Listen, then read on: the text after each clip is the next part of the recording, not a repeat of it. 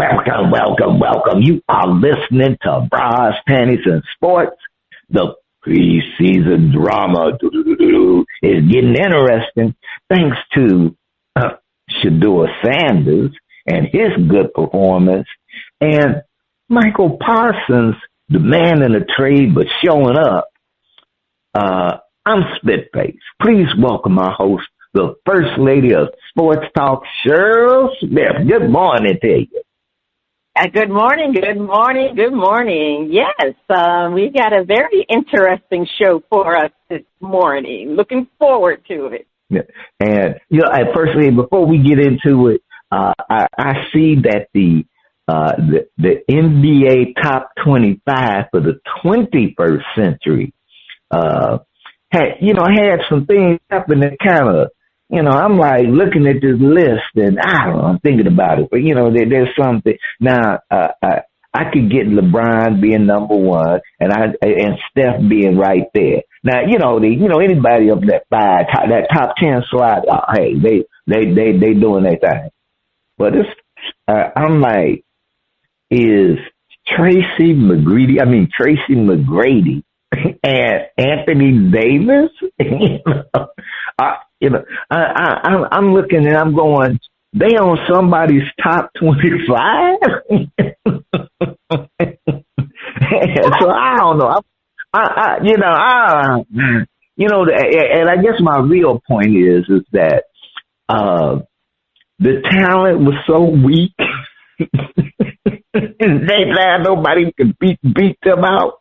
But that's all pretty, Because this is the next 21st century, and I can't believe they got Kevin Durant at number 8? Yeah, or 9. Let me see. No, they got him at 8. Yeah, we're going to have to talk about that list in the future shows. But like I said, some people even making the list. I'm like, man, didn't somebody else beat them out?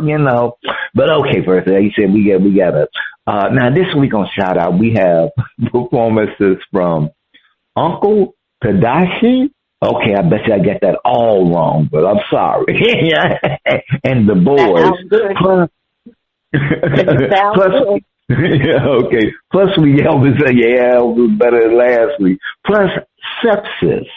Will they find their side star or get the cold feel of the mute button? First Lady, we're ready. What you say? Each week, we try to figure out what is going on in the sports world. Not the plays of the week, more like the plays of the week. Are we trying to tell us something? So we ask, what you saying? Fly, little birdie, fly. Time keeps on slipping into the future. Time keeps on slipping into the future. So I want to fly like the eagle to the sea. Fly like an eagle, let the spirit carry me. I want to fly right into the future. The little birdie known as Micah Parsons isn't flapping loudly or chirping incessantly, but the Cowboys, in all their brilliance, have managed not to sign him. Is this a secret plot by the Cowboys to get a boatload of draft picks? Brian Schottenheimer says he feels Michael will be starting against the Eagles, but we wonder, does he know what he speaks of?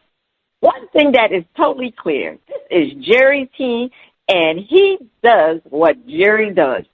Have the Cowboys sabotage their season before it starts by creating an element of resentment amongst the team? Or is this simply a setup to explain Micah being the highest paid defensive player in the league? George Foreman, Marvelous Marvin Hagler, both rest in peace. Bernard Hopkins, Roy Jones Jr., and the Steve Miller Band are asking, what you say? Yeah, Micah and the Cowboys remain far apart. Jerry Jones is standing on the fact that he and Micah Parsons came to a verbal agreement. Is Jerry off his damn rockers? You hold a meeting with a player without his agent to discuss contract negotiations, and now you don't want to talk with his agent to iron out a contract? This is so ridiculous. I really think the NFLPA, they need to bring charges against Jerry Jones. They really need to do that. He is really stating that he set up a contract with Micah Parsons. I mean, this is the craziest thing I've heard. Now, of course, the Cowboys have sabotaged their season before it starts. I mean, they have alienated Micah. Everyone in the Jones family has spoken negatively regarding the situation. Jerry, his son Steven, now his daughter Charlotte has gotten into the mix. This is what she had the nerve to say regarding the contract negotiations with Micah. It does happen all of the time. Everyone deals with the same issue. We just happen to be on this stage of interest that is more magnified than most. She thinks it's business as usual, and they are no different than any other team. However, business as usual for the Cowboys, Jerry Jones' attitude about his Cowboys being an elite team and their high status often magnifies dysfunction rather than normalcy. There is nothing normal about this whole process with the Cowboys.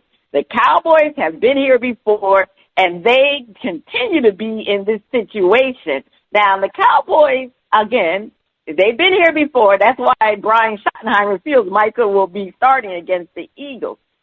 Unfortunately, these negotiations feel so completely different from Dak and CeeDee Lamb. Completely different. There wasn't any negativity from the Jones family regarding those contracts. I mean, right now, everybody in the family is speaking. And we all know Dak signed his contract the day before the season. So it did go into a long, drawn-out situation. But you didn't hear Jerry Jones or Steven talking negatively about Dak the way they have been about Micah. Now, what was interesting, Jerry Jones spoke this morning on Fox News, and they had asked him, was he near signing Micah Parsons? This is what Jerry Jones said. He said, Micah is a great player, not a good player, but a great player. He knows more than anyone that it's a team thing. And so I know everyone is tired of hearing this, but you got to put this puzzle together so we can have some other players playing out there with Micah. That's the art of the deal. That's why we're trying to get done, trying to make this thing work. We have all the appreciation in the world for what he can mean to the years ahead. We're proud to have him. Really? You are proud to have him? I mean, to be honest with you, what's been talked about in the media, that's probably the best thing he did say, that he was a great player. Not a good player, a great player, because really they haven't been talking, they've been talking negatively about him.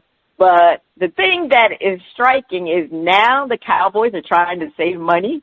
You're trying to save money after you've made Dak Prescott the highest paid quarterback in the whole darn league. And he's definitely not even a top 5 quarterback. Micah is probably the best player at his position in this league, and you want him to take less for the team? Why didn't you make CeeDee Lamb take less for the team? Or Dak? I mean, to me, this is the first time that Jerry has spoken about the fact that he wants to be financially responsible, and for Micah to take less for the team because so they can put other players out there. My goodness, you should have all the other players that you already signed. I mean, maybe next year, but darn, why are you trying to pinch Micah? Micah is your best player, far more better player than Dak Prescott. And you are trying to make him take less. I'm sorry, Spitface. Something in the milk ain't clean regarding this situation, but it's quite interesting. What are you saying about this? First Lady, I am bewildered, befuddled, and beginning to feel like I'm starting to go to pro Cowboys fans because they say it's kind of like they being bamboozled, and I'm like this. I put it like this: I do not believe that Jerry Jones believes his team will get to the Super Bowl and win, because he's acting like an owner who has a losing team. So you do these kind of, funky things. But you on a team where it's supposed to be, hey, look, the expectation is Super Bowl or bust because we got all this talent. We got the right players. But you ain't acting like it. And, so I don't have it that he has a lot of faith in Dak. I think he has it that Dak is a better version of Tony Romo. He can get all the stats in the world, but is not gonna. He's not gonna be the one that put it on my shoulders at the big time moment. He's seen that. Jerry Jones has seen that. He know he got a top quarterback, but he's a top quarterback version of Tony Romo. He just got better stats.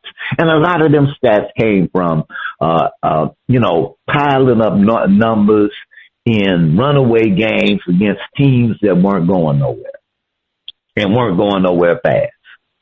So I'm, of the mindset that, they don't want Mike. They want to be able to make a big blockbuster deal and, and get a boatload of draft picks and be able to wheel and deal over the next couple of seasons.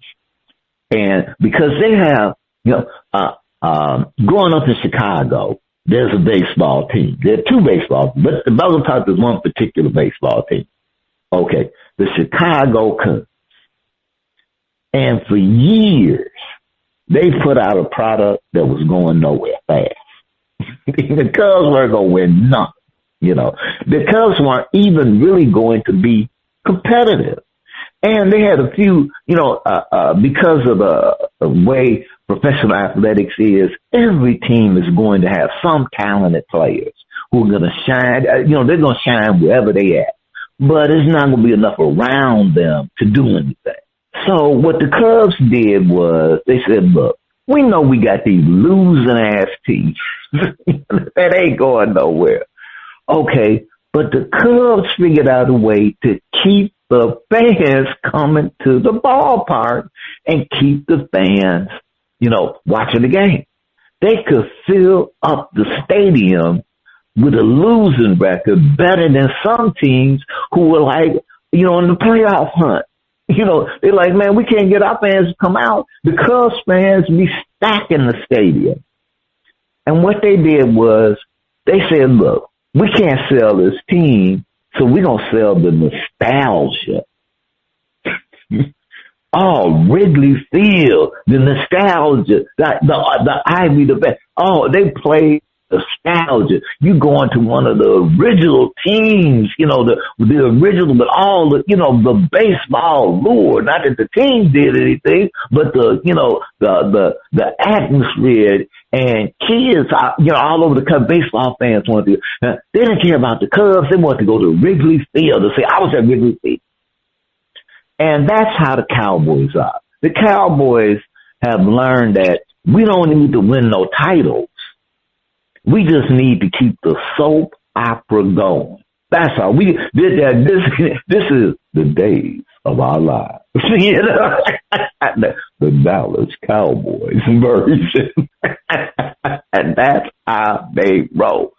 So, now, Brian, I know Brian being, he just he being a good soldier, falling in line. And, let's come on now here. Now, if Micah signs tomorrow, he may start for the Eagles game, but you ain't practiced. You haven't, I know he a bad man, but everybody got to take time to get themselves adjusted for that kind of competition. So, he'll do his thing, but I don't guess he'll be the difference maker in that loss, that whooping they're going to get from the Eagles. That's what I'm saying, per se.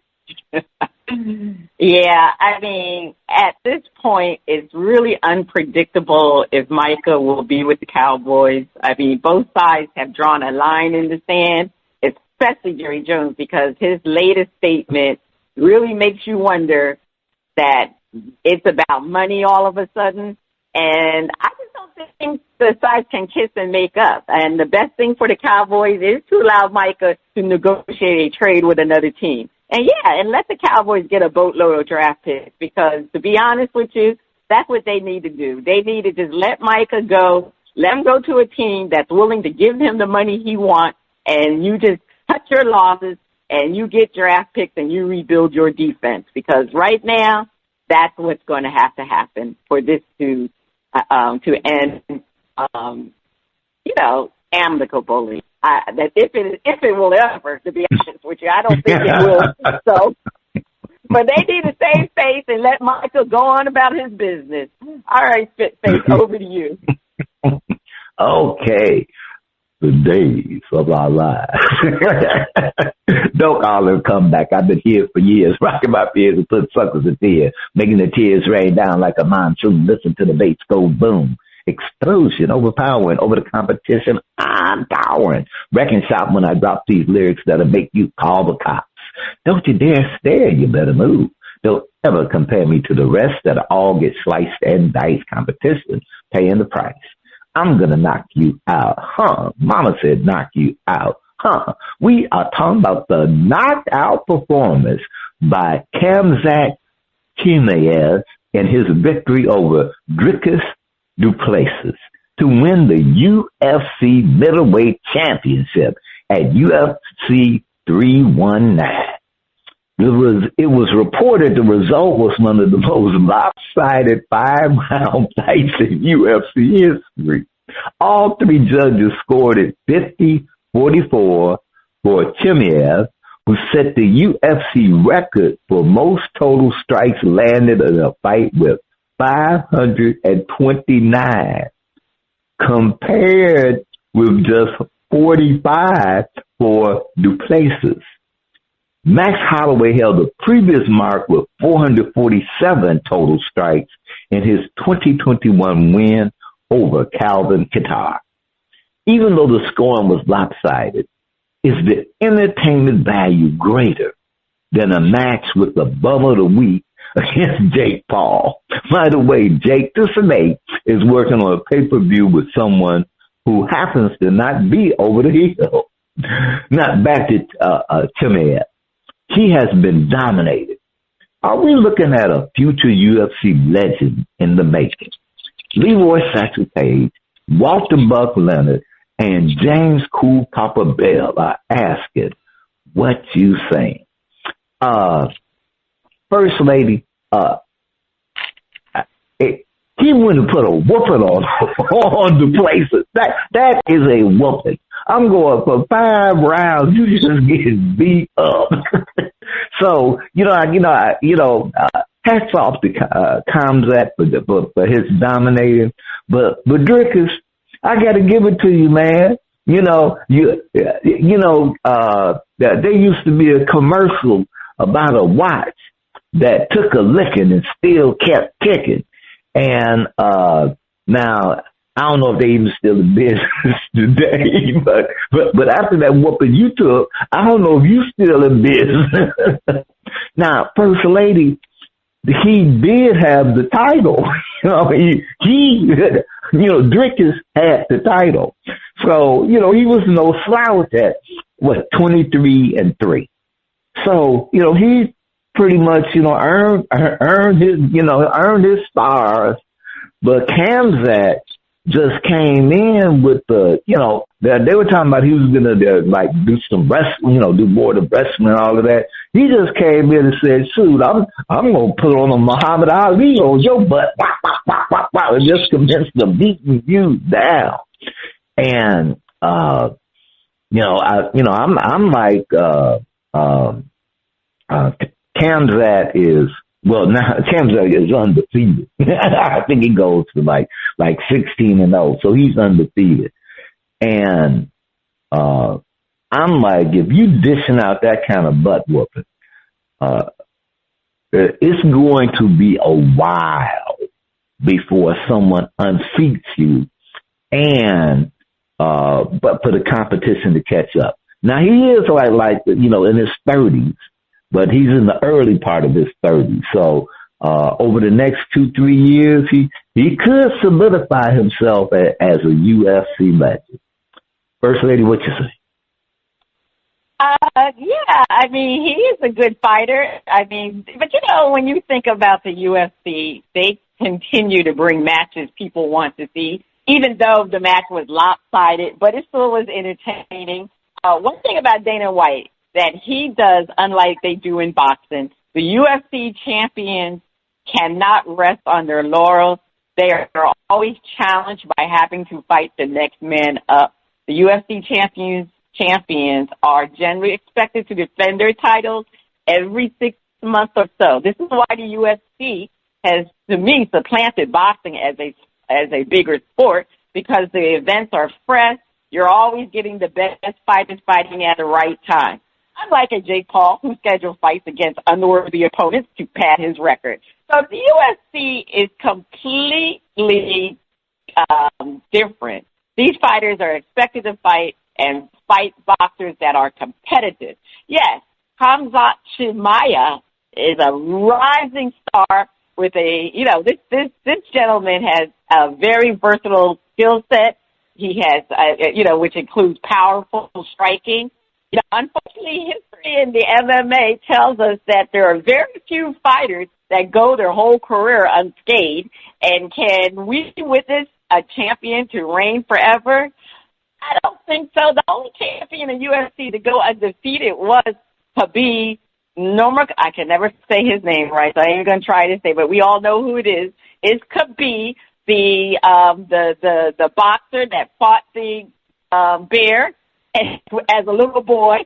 Khabib, my son. My son is in the UFC. My son he loves UFC. He's actually got me involved with UFC, and I remember Khabib because he was a grappler more so than a striker, like what's his name? What's the guy? Conor McGregor. So Khabib retired flawlessly. His MMA record was 29-0, including being 13-0 in the UFC. So Chimaev already has a 15-0 record. So maybe maybe he will not be dethroned anytime soon. But we all know it very seldom does a UFC fighter goes without losing a match eventually. Sometimes they say that, well, they're too long in the tooth. You're right. He is 31 years old. So therefore he has about 4 to 5 years left in the sport. But at this present time, I don't see any middleweight UFC fighter beating him right now. There are some good middleweights out there, so we'll see if Chimaev is able to continue with his winning streak, because we're going to find out. Because like I said, in about 6 months, he will be fighting. Now, he's not going to be in UFC 321, but he'll probably be in UFC 323 because that's within the 6 months. So we shall see how long Khamzat Chimaev, how long he retains his title. But that's why I like the MMA fighting is more relevant today than boxing. Even though we got a great boxing match coming up on September 13th. And, I'm going to be in Vegas during that time, but I won't be going to the fight. Actually, I'll be leaving the day of the fight because we have Lord, I forgot the names of the fighters that's fighting. The Mexican fighter. Oh, my gosh. I can't think of his name right now. It was in my mind, but anyway, I'll come back later and give you the names because they got a great boxing match. And it's been a while since we've had a good boxing match. So anyway, but the UFC is definitely right now on top. And we'll see if Chimaev is able to retain his flawless record. That's all I'm saying. All right. And the UFC has done a better job of keeping things competitive rather than I'll say structuring it for individuals to get records.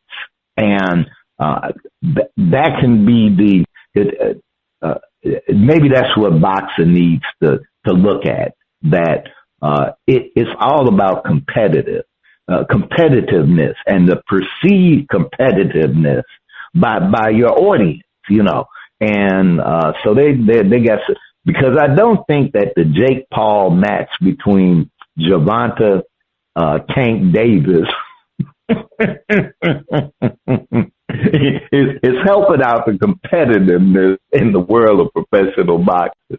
First Lady, you have the last word. Please take us to break. Well, I'll be honest with you, that's probably the best fight that he's fought in a long time. And the big match that's coming up on September 13th is Canelo Alvarez versus Terrence Crawford. That is going to be a great fight in Vegas.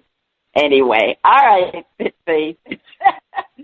Like I said, that's going to be a great fight. And I'm going to be in Vegas, but I'm going to be heading back out of Vegas when that fight is on the way.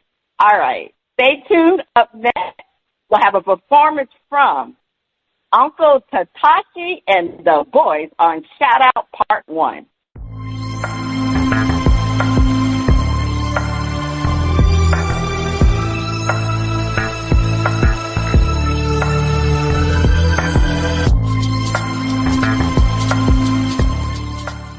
The music flows in from around the globe to get a shout out from the panel. First Lady, I can't wait to hear the music from Uncle Tadashi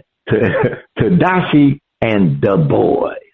On Shout Out, we feature new independent artists who are looking to find their shining star. If we like what we hear, we'll give the track a shout out. If we don't like it, we hit the mute. On the first part of Shout Out, we are featuring music from Uncle Tadashi and Da Boyz out of Uwa Beach.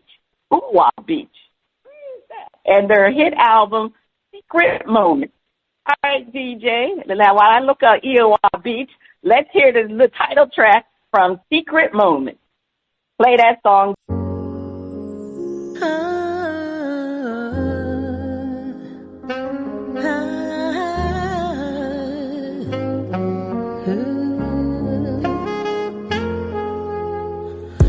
Moments, special moments, how I long to feel and be filled again. Again and again. So emotional, so indescribable. It needs to be bottled. No matter how hard I try to recapture the feelings, they're more fleeting. Something, somewhere, someone's just missing all the above. Oh baby, please baby, help me relive this secret moment. Secret moment. The perfect moment, the ambient, smooth piano player and special someone. Flowing conversation, whining and dining, keep it coming so dreamlike. Please give me another chance, don't you feel we're meant for each other? Soulmates for life's ups and downs. Remember our bucket list, so much to share and explore. Meet me here, meet me there, meet me everywhere.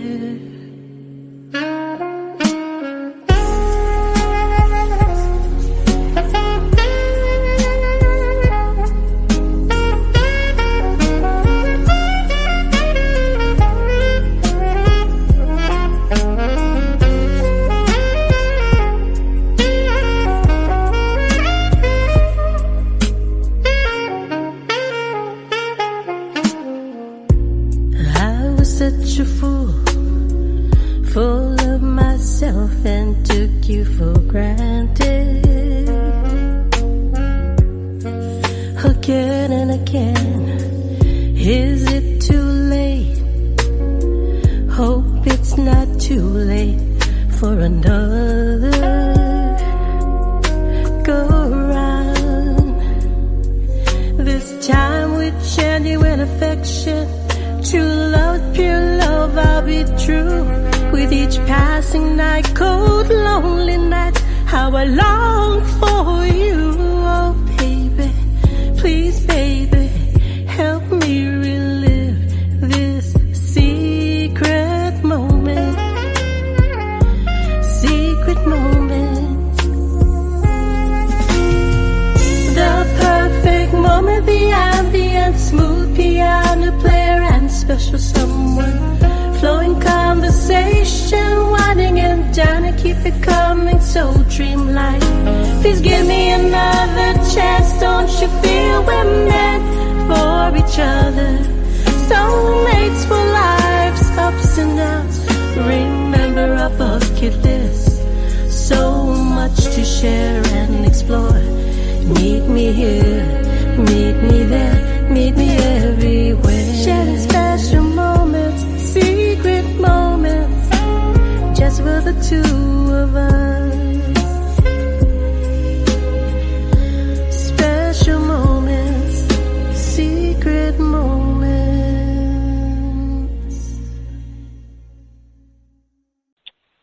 Okay. Well, I'll tell you, that's you know, I don't have to tell you this about this song. I've been playing it. Initially, when I first heard it, I thought everything was great. I love the lyric, the jazz rendition. I did have a problem with her vocals in the beginning of the song. It was a little shaky to me in the beginning. But I thought as the song progressed, her vocals got better. And the more and more I hear the song, because I've heard it several times, and I like the song. It grows on you. That's a song that kind of grows on you. And I'm definitely going to shout it out. Like I said, the only critique is her vocals were a little bit shaky in the beginning, but that was just a slight shakiness, but it progressed beautifully. So I am definitely shouting out the song. Are you going to hit the mute, or are you shouting the song out? Well, I'm, coming from a hip place, I'm going to go ahead and shout it out. And I think that part at the beginning is the kind of like the set that it's not quite so, as you say, so smooth, because it's supposed to, I think it's setting a mood.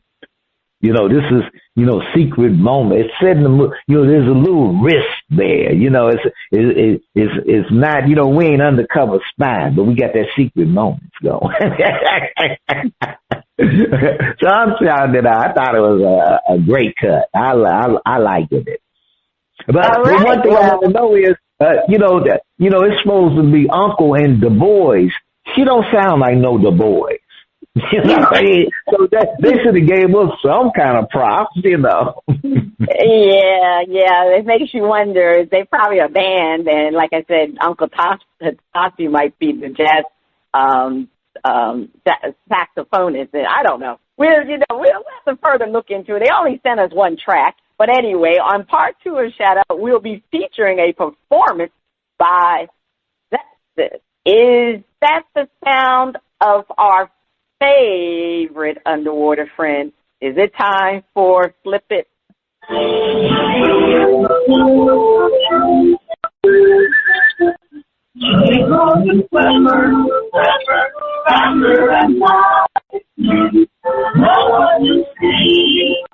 It's water that moves, and we know missing a world full of wonder. I never see.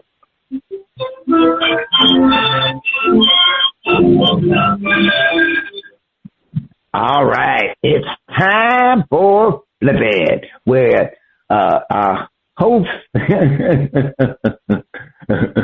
defend the view and flip the script and defend the opposing view. Many of the NFL teams have a cheerleading squad, and some even have male cheerleaders. These male cheerleaders have come under fire by some people who think they shouldn't be part of the NFL. The sin. Male cheerleaders are acceptable in high school and college, but this is professional football. And if some of the fans are bothered, they gotta go. So we defend no male cheerleaders in the NFL. First Lady, I'm looking at the situation, and it really is a matter of I'll say that fans have become upset with the male cheerleaders. And the NFL does not need their fans to be upset with them. And you got a lot going on there. And you got the anti-wokers, them folks. And then you got the anti-DEI. And then the anti-anti. And about half of your audience is made up of those people who fit in, or align themselves with those kind of views.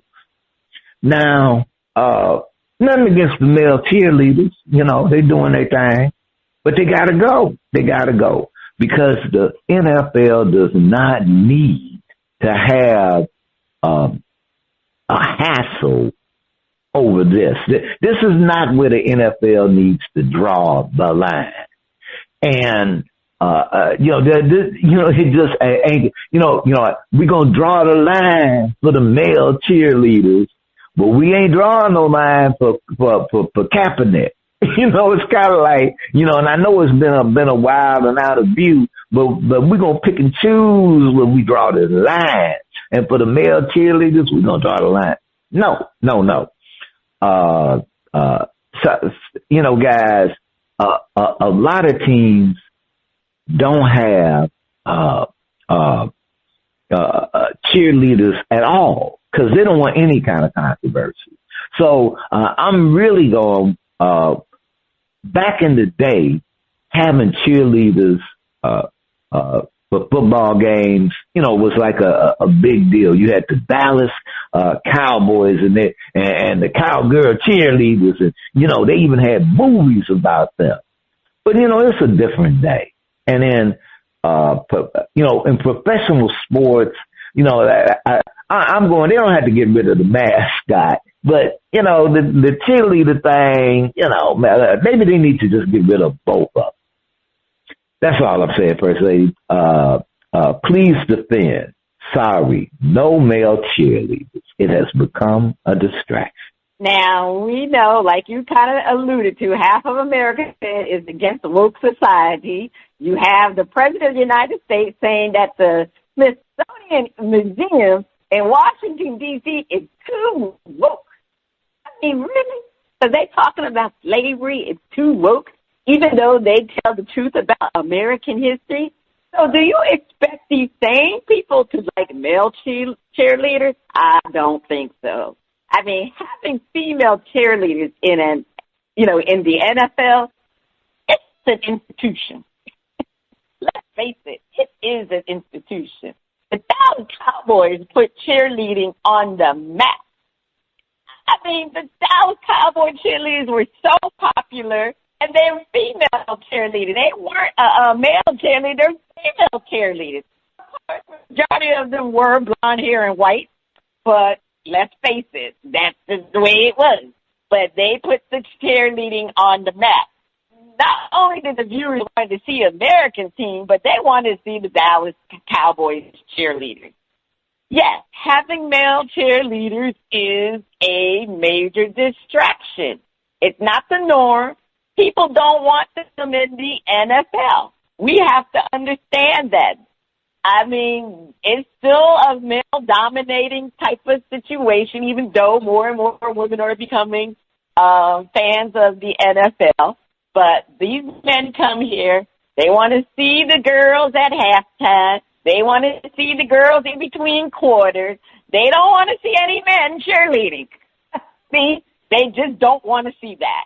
And that's just the way our American society has been. And like you said, we got half the people that are against the woke, society and half the people who are for more advancement and equal rights of everybody. So as far as the NFL, people don't want it. They're going to say hell to the no.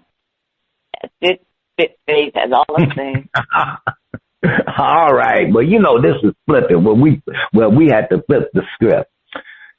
If the team and their city are happy with male cheerleaders, leave them be. Defend, leave them be. I'm looking at the situation and I'm like going, why is this a problem? Why? And I went to high school. I went to college. I have seen some, cheerleading isn't just about women in short skirts jumping up and down where you can imagine because you see them do splits and stuff like that. To me, you're dirty-minded folk, and that's really what it's about. It's some dirty-minded folk who sexualize everything while projecting that others are doing that. The male cheerleaders, I've seen male cheerleading competitions. And I haven't been an athlete, but I've seen athletes who you think being able to do those flips and do all the acrobatics that they do is not a skill or something. Oh, try it, but better yet, have your kid that's sitting on the couch playing video games try it, but leave them be. It has, why are these folks sexualizing? Because that's really the deal. What you're trying to say is that, if they're a male and they're a cheerleader, they must be gay. Hell to the no. Why are y'all putting that on these guys? Like there's something to do with that. There are men and I go manly men who do things that in their activities, hobbies that maybe majority women actually do. But they like that thing, that hobby. That don't mean all of a sudden, well, you don't got girls. No, come on. Stop drinking the Kool-Aid. Stop drinking the Kool-Aid. First Lady, defend. The biggest baby on the planet is a whale, except for the self-righteous folk who can find a problem with anything. The male cheerleaders are not a problem. Well, of course they're not a problem. I mean, I don't even know why this, like you said, why this became a problem. It became a problem because I guess in Minnesota, their team created some video gearing up for the NFL season, and they posted a gentleman on their team. I think they have 2 male cheerleaders. And yes, they posted them on the video, and people went crazy on the internet.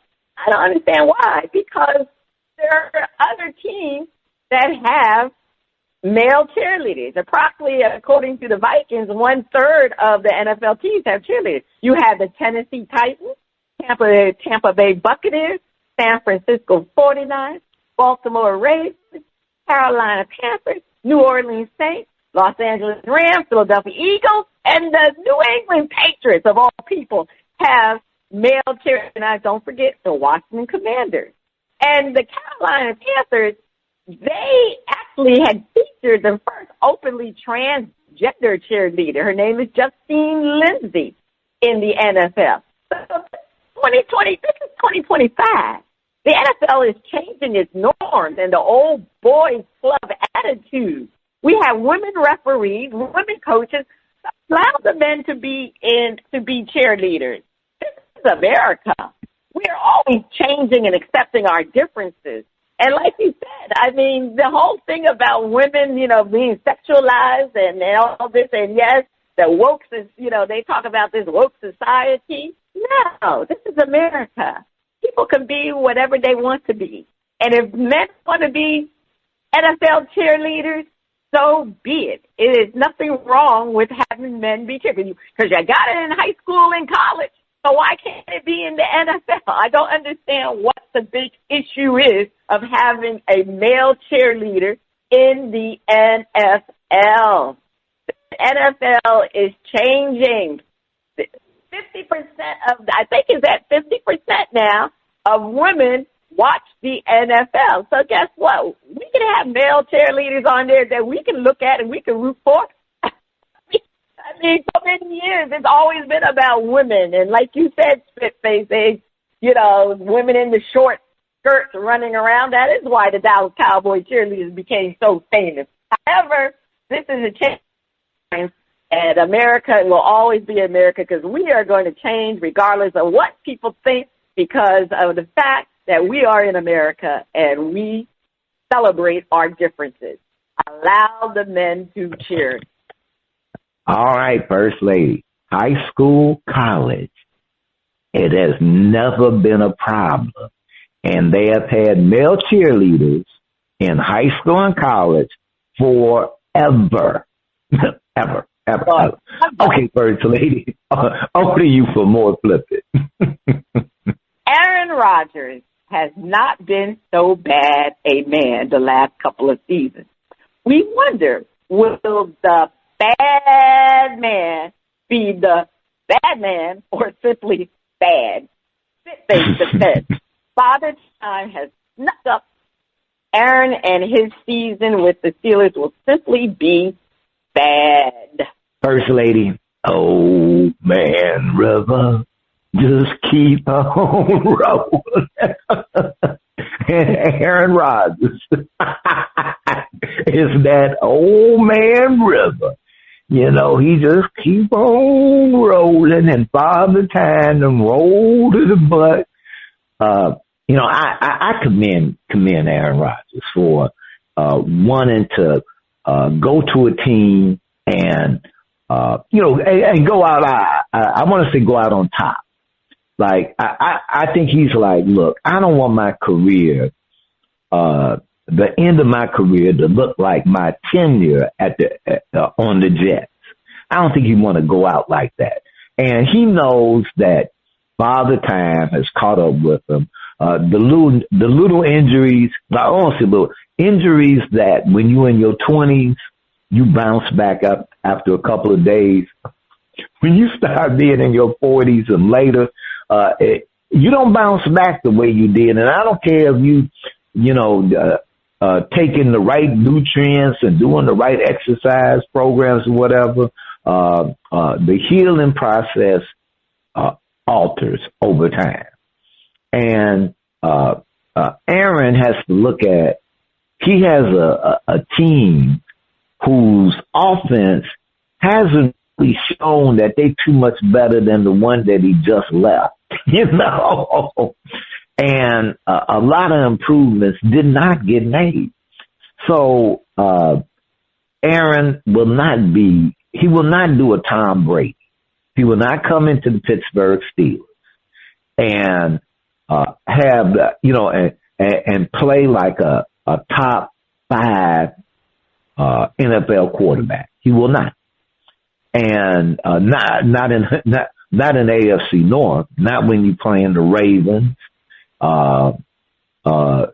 Twice you got to deal with them, and the other competition the Steelers get to have, the Bengals. You're not gonna be able to. I'll say take it on the chin like you could a couple of years ago.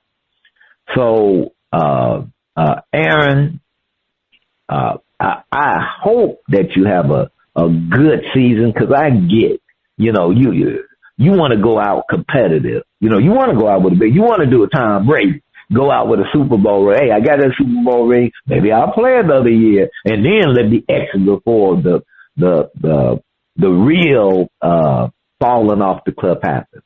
But man, you're at that point where, especially with the injuries that you've had, with a cliff, you're about to get pushed over. That's what I'm saying, First Lady. Father Time has got to. He said you're about to get pushed off the cliff. And when they said that about Tom Brady, but Tom Brady never got pushed off the cliff. Never got pushed off the cliff. So, but, the Steelers are going to prove that they should have drafted Shedeur Sanders. I always liked Mike Tomlin. But this time, having Aaron Rodgers as your starting quarterback will set this team back. He's going to be worse than Russell Wilson. I mean, let's face it. Last year, Aaron Rodgers had a very underwhelming performance with the Jets. He had career lows in yards, only 6.7 attempts, his highest sack total since 2018. He only had a 6-12 record. So why do you think Aaron Rodgers is going to be good now? And like you said, he's long in the tooth. He's 41 years old. He's coming off a 2-year history of a torn Achilles. I mean, his durability is not there. His ability to perform at a high level now is not there. And on top of that, he has a new team with a new coach, offensive coordinator. And, Aaron Rodgers likes to have his own people, and he likes to play a certain type of way. And Arthur Smith is going to play his way. So this is going to be new to Aaron Rodgers. So I just don't see Aaron Rodgers really having a great year. And to be honest with you, he's only going to be there 1 year because the Steelers they should have drafted. Maybe they'll trade for Shedeur, but it's something that he needs to really try to see what he can do. And it's not going to be pretty, to be honest with you. It's just not going to be pretty. And I just feel sorry for the Pittsburgh Steelers. Actually, I don't feel sorry because they should have picked Shedeur. So, but they chose Aaron Rodgers. And matter of fact, it was rumored that Aaron Rodgers didn't even want them to draft Shedeur because he didn't want that pressure. But anyway, Mike Tomlin will be lucky if he has a winning or tie. He's never had a losing record with the Pittsburgh Steelers. This may be his first year of having a losing record. All right, Face, we're going to flip it. It is Aaron Rodgers. Okay, let's flip it. Aaron Rodgers had a couple of injuries slowed him down, but one, he got healthy. He was playing good football. Face, defend. Aaron will rebound and be that bad man one more time. He got something up in the tank. He got a little bit left in the tank, First Lady. He got some fire still going. He obviously did not come back for the month. And usually, I'll say that's a big factor. But Aaron, it's not that he didn't need the money, because we can all use the money. And he can certainly use the money, but it's a factor of, do I still want to play? And do I know that I can play at a level where, one, I'm competitive, and two, I got a shot? Because otherwise, why am I coming back? I can chill out. I can do my Zen meditation in the morning. I don't have to deal with with all that goes into the game. So the last 2 years, actually, he's just been hurt. He's been hurt, and the Jets were not that good an organization. But what he did show once he got healthy was that on a team with a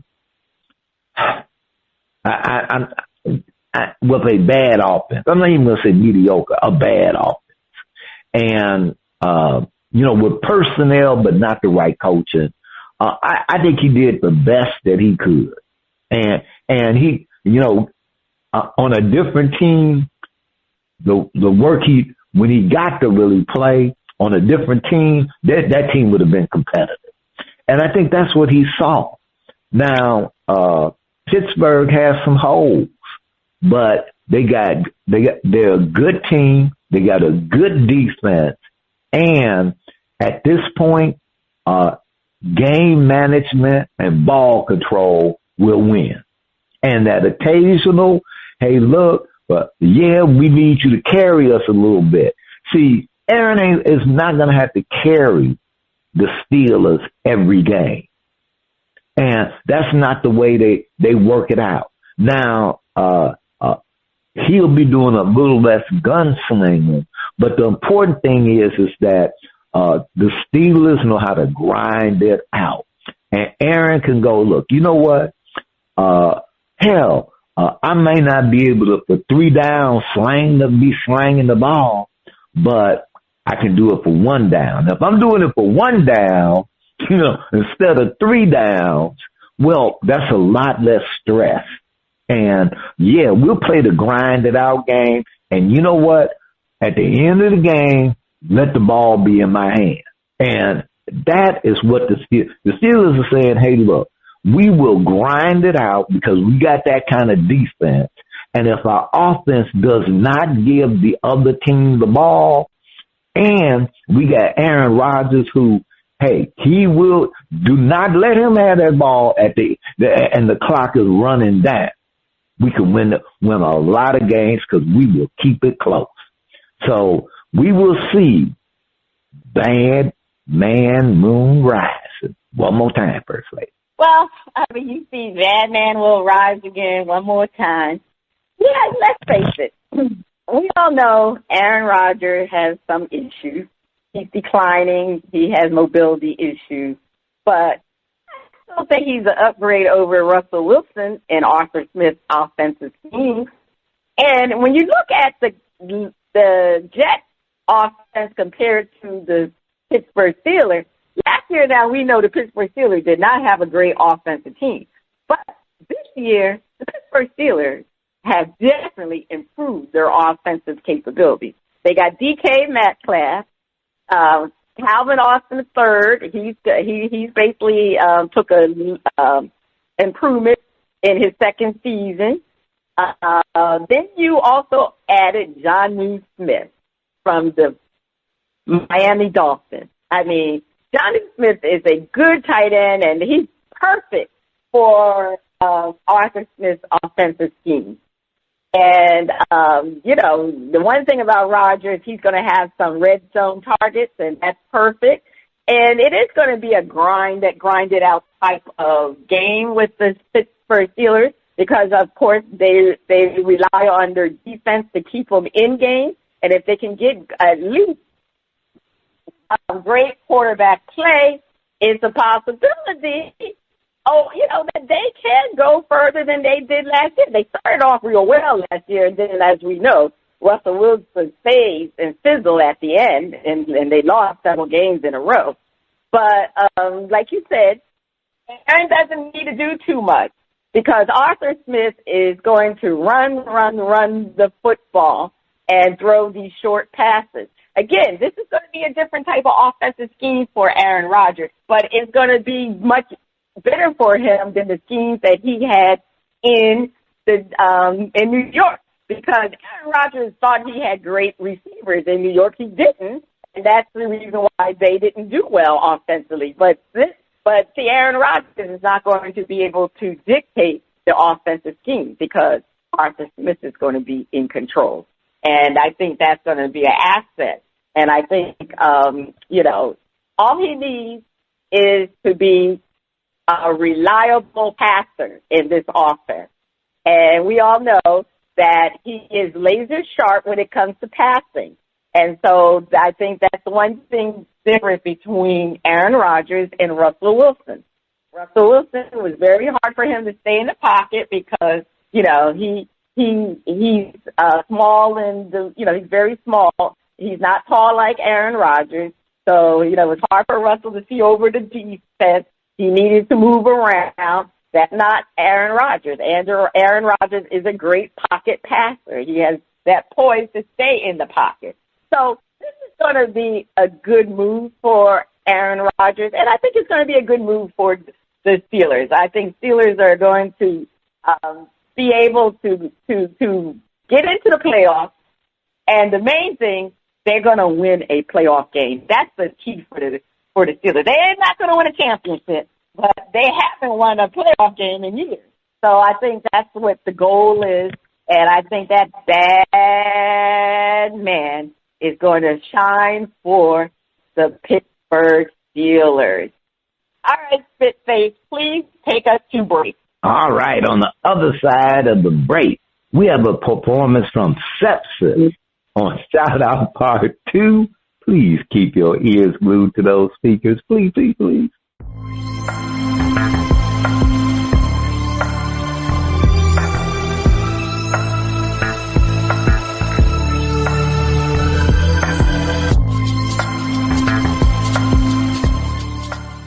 Welcome back. The music flows from around the globe to get a shout-out from the crew.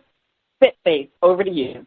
All right. On the second part of shout-out, we are featuring music from Sepsiss out of New England. And so, they just got the whole thing. We got Massachusetts. We got Vermont. We taking over the whole area. Okay. Out of New England, and their hit album, Uncross My Heart. They say Sepsiss is a multi-award winning, female-fronted, hard rock metal band from New England. We are a unique and high-energy band with the goal to help re-energize and unite more people to discover rock and music culture. All right. Let's hear the title track from their hit album, Uncross My Heart.